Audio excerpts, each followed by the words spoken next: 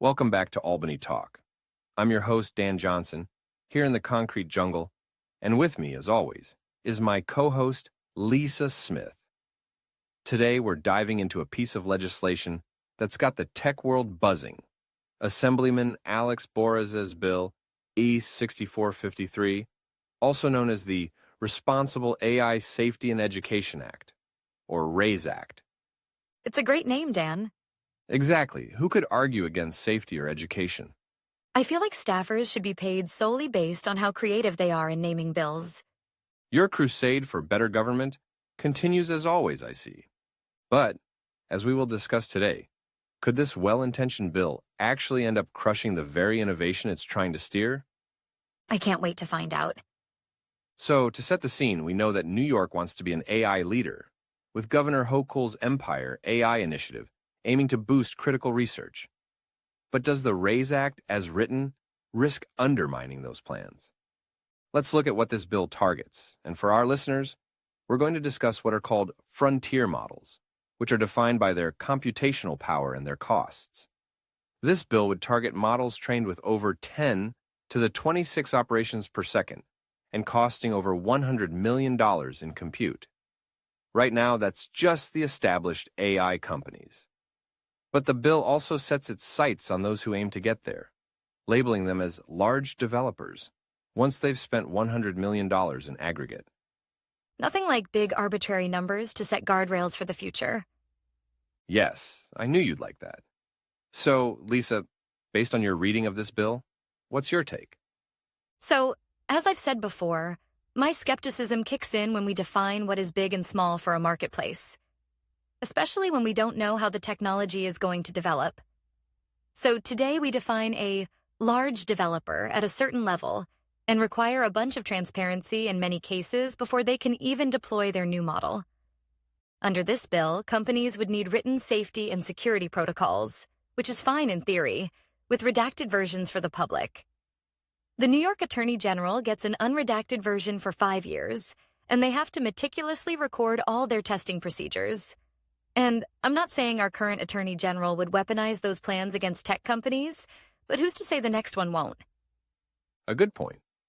So this all sounds pretty heavy-handed if you want innovators developing new technology in your state.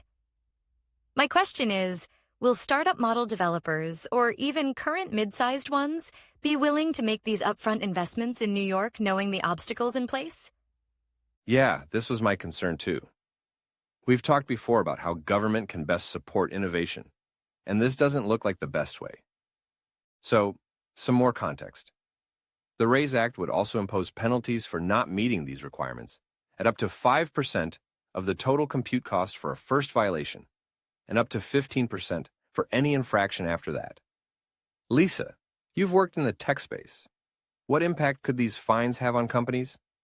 For companies investing hundreds of millions of dollars, these fines are incredibly steep. And for companies who are still trying to perfect their models and use cases, it could put them out of business. It feels like this bill is written for a New York where every AI startup is already a giant AI company. So that's not the case? No, definitely not. This bill seems like it's going to make New York less attractive place to invest in AI. Definitely a big problem. Okay, it's time for our last piece of context on the RAISE Act. The bill would also introduce protections for employees who report potential risks, which sounds good on the surface, but... There's always a catch. Yes, there is always a catch. Could you tell us more about this requirement? Yes. So the bill says that an employee needs a, quote, reasonable cause to believe that the large developer's activities pose an unreasonable or substantial risk of critical harm. My concern is the term unreasonable risk of critical harm. It's incredibly vague. I do love that a bill that is ironclad in future-casting company size remains vague on possible harms. It's a great combination, right? And let's not forget how the bill defines critical harm. There is still a lot of ambiguity around what constitutes a violation, and then again when defining the penalties. It's just not a good mix.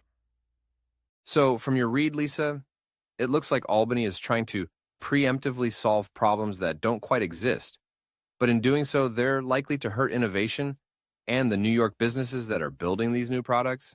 What a wonderful summary, Dan. So, if the state wants to attract and nurture AI development, is the RAISE Act the right way forward? It's an important conversation starter, Dan, but right now, this bill needs a lot of work. Assemblyman Perez Ease has other bills in Albany that would foster innovation, but this ain't it.